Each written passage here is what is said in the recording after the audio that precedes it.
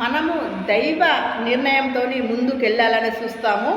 మనము దైవాన్ని నమ్ముకొని ప్రతి ఒక్క మనిషి దైవాన్ని నమ్మిన మనిషి ఎంతమంది మనకు టెన్షన్ తెచ్చి మన ముందు ఉంచినా అది మనము ఒక్క చెప్పు కాళ్ళతో ఎగిరి తన్ని ఆ టెన్షన్ను ఎప్పుడు మనము టెన్షన్ పడకుండా సిరినవ్వులు సిందిస్తూ మనము ముందడుగు వేసినట్టయితే మనము వారికి సరైన శిక్ష అదే అవుతుంది.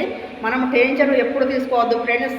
ఎవరో ఏదో అన్నారని, ఏవో కుక్కలు మొరిగాయని ఆ టెన్షన్ మనం తీసుకోవద్దు. మన వైపు దేవుడు ఉన్నాడు. మనము ఎవరిని నొచ్చినోట మాట అనము. కాబట్టి ఎప్పుడు న్యాయం, ధర్మం, సత్యమే గెలుస్తుంది. చూడండి, కొద్ది రోజులు మనల్ని చిత్రగింతలు పెట్టాలని చూస్తారు, కానీ ఏది చేసినా ఏమి కాదు. ఎందుకంటే దైవం మన వైపు ఉన్నది. ఎప్పటికైనా విజయం మనదే అవుతుంది. ఓకేనా ఫ్రెండ్స్? అవునా?